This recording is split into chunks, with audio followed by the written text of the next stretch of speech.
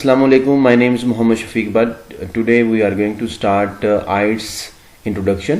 IELTS के introduction के बारे में आज हम देखने जा रहे हैं कि IELTS के अंदर कौन से मॉड्यूल्स होते हैं और कितने मॉड्यूल होते हैं और इससे क्या मुराद है।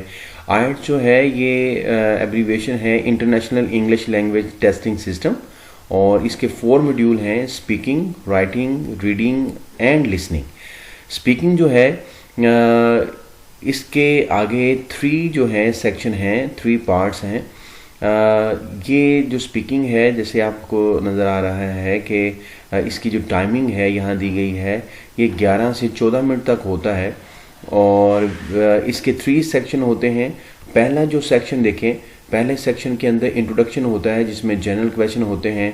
एग्जांपल दैट इसमें पूछा जाता है what your first name, are you student और आर यू एम्प्लॉय। अगर आप स्टूडेंट हैं या एम्प्लॉय हैं इसके मतलब पूछा जाता है।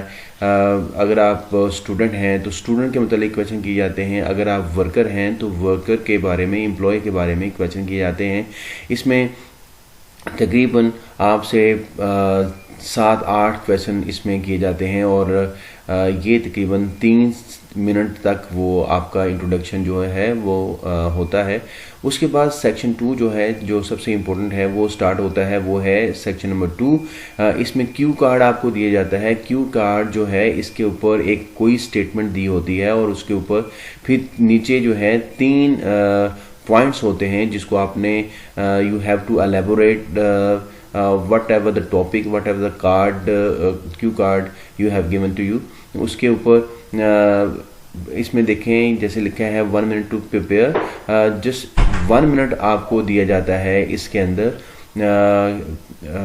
अगर आप कुछ लिखना चाहते हैं विद इन 1 minute तो आप कुछ लिख भी सकते हैं। If you want to write something on the paper so you can write over there and if you want to keep in your mind so you can keep in your mind. तो 1 minute के अंदर आपने वो 3 जो points होते हैं और जो टॉपिक होता है उसके अंदर मज़ीद कुछ पॉइंट्स को ऐड करना चाहते हैं तो आप इसमें लिख सकते हैं। 1 मिनट आपको देते हैं। 1 मिनट के बाद इसके बाद आपके पास 2 मिनट्स होते हैं। 2 मिनट्स के अंदर आपने उस कार्ड के, क्यू कार्ड के ऊपर स्पीक करना होता है और मिनिमम जो है वो 2 मिनट आपने इसके ऊपर स्पेंड करने होते हैं। जब आप ये आपको तकरीबन 3 मिनट इसके मिलते हैं। उसके बाद सेक्शन नंबर 3 स्टार्ट होता है। ये उससे भी ज़्यादा इम्पोर्टेंट है। वो क्योंकि सेक्शन नंबर 3 जो है ये फॉलो अप क्वेश्चंस हैं। इसमें क्रॉस क्वेश्चन किए जाते हैं। एग्जांपल दैट जो क्यू कार्ड आपको दिया गया था उस whatever the topic was given to you, जो भी टॉपिक वहाँ दिया गया था and whatever you told in the front of the examiner, कोई भी जो भी चीज़ आपने एग्जामिनर के सामने आपने बयान की है या what ever you describe in the front of the examiner, जो भी बयान किया है उसमें से जो एग्जामिनर आपसे क्वेश्चन जो है वो एक्सट्रैक्ट करेगा। उसमें से जो एग्जामिनर है वो क्वेश्चन को निकालेगा और फिर वो क्वेश्चन जो है वो आपसे पूछे जाएंगे। जो भी टॉपिक आपने स्पोक किया था एग्जामिनर के सामने उसमें से ही वो क्वेश्चन निकाल के आपसे क्वेश्चन करेगा। एग्जाम्पल दैट मैं एग्जाम्पल यहाँ देता हूँ। एग्जाम्पल आपने एजुकेशन के बारे में बात की थी या अपनी फैमिली के बारे में बात की थी तो वो what ever you told about your family member, जो भी अपने फैमिली मेम्बर के बारे में या भी फैमिली के बारे में बताया तो जो कुछ आपने बताया उसमें से न्यू क्वेश्चंस वो निकाल के आपके ब्रदर के बारे में, आपकी सिस्टर के बारे में एंड उसके बाद उनकी जॉब के बारे में, उनकी एजुकेशन के बारे में, आपके फादर के बारे में, आपकी मदर के बारे में, आपके हाउस के बारे में, बहुत सारे क्वेश्चन उसमें से वो एक्सट्रैक्ट करेगा और फिर आपसे वो पूछेगा। इसको हम फॉलो अप क्वेश्चन कहते हैं, क्रॉस क्वेश्चन कहते हैं। तो ये टोटल जो है 11 से 14 मिनट में आपका टेस्ट जो है कंप्लीट हो जाता है। और याद रखें ये जो स्पीकिंग टेस्ट है ये एक ही दिन में होगा। चाहे ये जो तीनों मॉड्यूल हैं राइटिंग, रीडिंग, लिसनिंग, ये तीनों एक दिन होंगे और स्पीकिंग का जो है ये एक दिन होगा। ऐसा भी हो सकता है कि स्पीकिंग का टेस्ट आपका पहले दिन आ जाए और राइटिंग, रीडिंग, लिसनिंग ये तीनों का टेस्ट एक दिन होता है, ये बाद में आ जाए। या ये भी हो सकता है ये पहले आ जाए और स्पीकिंग का बाद में आ जाए। तो लेकिन ये दोनों अलग अलग डे में होते हैं। उसके बाद जो है राइटिंग की बात करते हैं। राइटिंग जैसे मैंने यहाँ स्पीकिंग में कहा कि 3 सेक्शन होते हैं, इसी तरह जब आप देखें हैं राइटिंग में 2 टास्क होते हैं और इसकी टाइमिंग 1 आवर होती है, 1 घंटा इसकी टाइमिंग होती है। और 2 टास्क में देखें, एक जो यहाँ 2 एक हेडिंग दी हुई हैं, एक एकेडमिक है और एक जनरल ट्रेनिंग है। जो जनरल ट्रेनिंग है ये उन लोगों के लिए है जो ख़ास तौर पर स्पाउस वीज़ा पे जाना चाहते हैं या वो वर्क परमिट पे जाना चाहते हैं, वो जनरल ट्रेनिंग में करते हैं। उनके भी 2 टास्क हैं। जो एकेडमिक करते हैं, जो स्टडी वीज़े पे जाना चाहते हैं, उनके भी 2 ही टास्क हैं, टास्क 1 और टास्क 2। और स्पीकिंग का दोनों का एक जैसा होगा। इसी तरह लिसनिंग का भी सबका एक जैसा होगा। यहाँ पे रीडिंग में और राइटिंग में थोड़ा सा फ़र्क होता है एकेडमिक और जनरल में, तो वो मैं एलेबोरेट करता हूँ यहाँ पे। जैसे जनरल में ट्रेनिंग राइटिंग में टास्क 1 होता है, लेटर होता है, और लेटर में आपने 150 वर्ड से 170 वर्ड्स तक लिखना होता है। कोई भी लेटर, कोई स्टेटमेंट होगी, example that if you want to go to abroad and you have some problem over there and you have to discuss with your consultant, कोई भी तो कोई भी टॉपिक हो सकता है जिसके ऊपर आपने लिखना होता है। तो 150 वर्ड से 170 वर्ड तक लिखने होते हैं। कोई भी ऐसा टॉपिक दिया होगा उस पर लिखना है, बड़ा आसान होता है। इसी तरह टास्क 2 है, ऐसे 250 वर्ड से 300 वर्ड्स तक लिखना होता है। ये एकेडमिक से कदरे थोड़ा सा आसान होता है, आसान टॉपिक होता है, लेकिन उतने ही वर्ड लिखने होते हैं जितने आपने एकेडमिक में लिखने होते हैं। तो एकेडमिक के अंदर टास्क 1 जो है, इसमें जो फ़र्क है, इसमें जैसे जनरल राइटिंग में टास्क 1 में लेटर आता है, लेकिन इस एकेडमिक में जो टास्क 1 है, इसमें ग्राफ आते हैं, डायग्राम आती हैं, मैप वगैरह आते हैं, टेबल वगैरह आते हैं। ये भी 150 वर्ड से 170 वर्ड तक आपने लिखना होता है।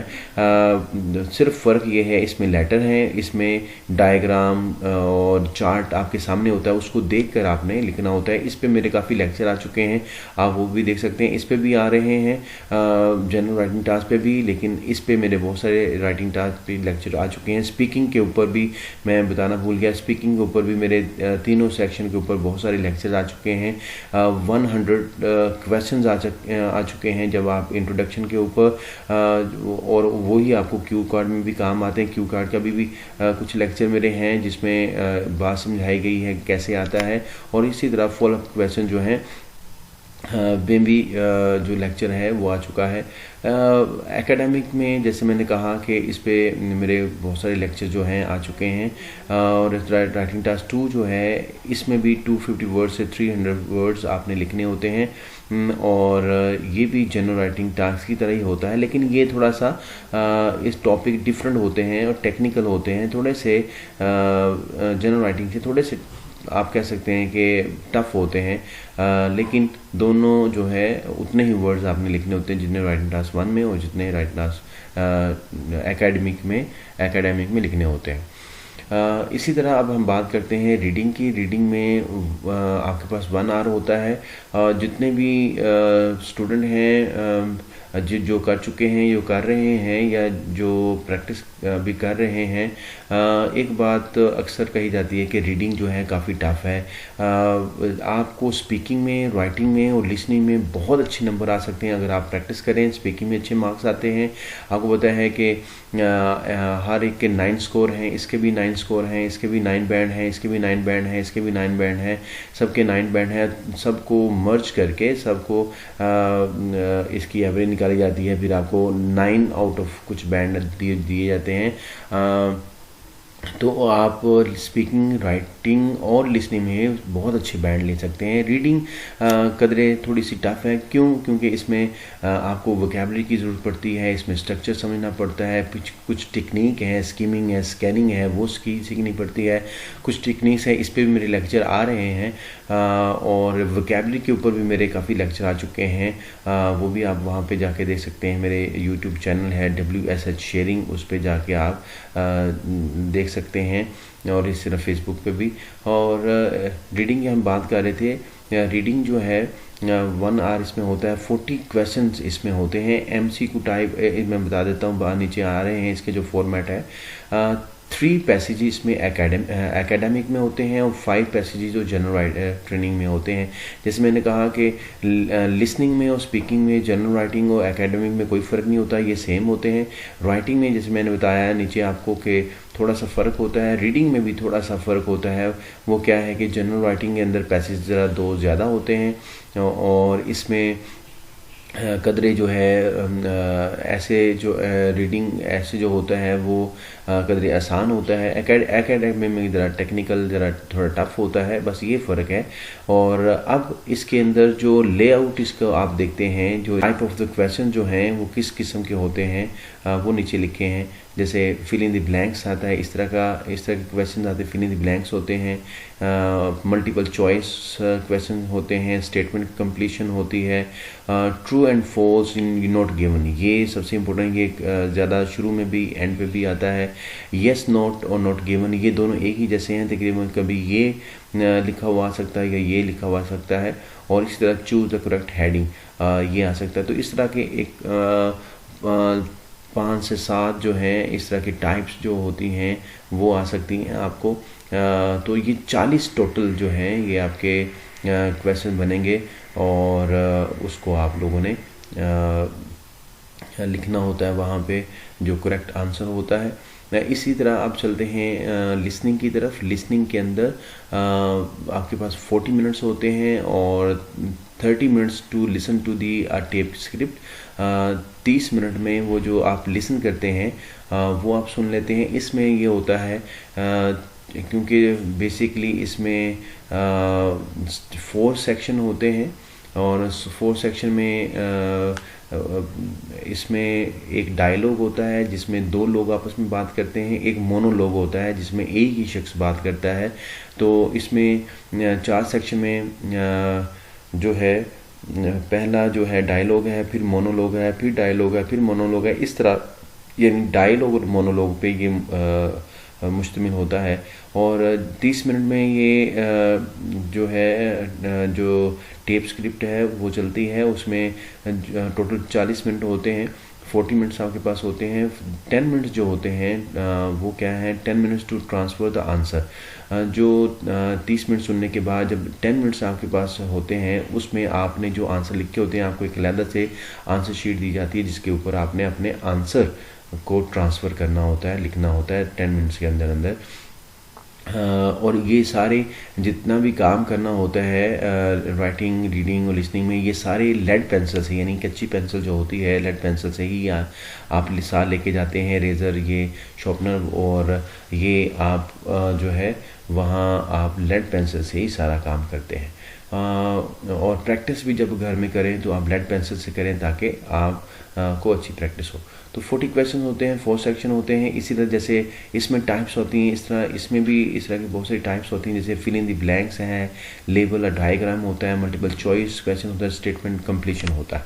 तो ये हमने आज आइट्स का मुकम्मल इंट्रोडक्शन जो है वो हमने जान लिया है और ये बहुत ही इम्पोर्टेंट है। अगर ये आपको इसका इंट्रोडक्शन आता है तो आप बड़ी आसानी से जो है आइट्स की तैयारी कर सकते हैं। अब ये आइट्स बैंड स्कोर का चार्ट है। अब हम ये देखते हैं कि आइट्स बैंड स्कोर जो है ये कैसे हमें मिलता है, कितने करेक्ट आंसर हों तो हमें मिलता है।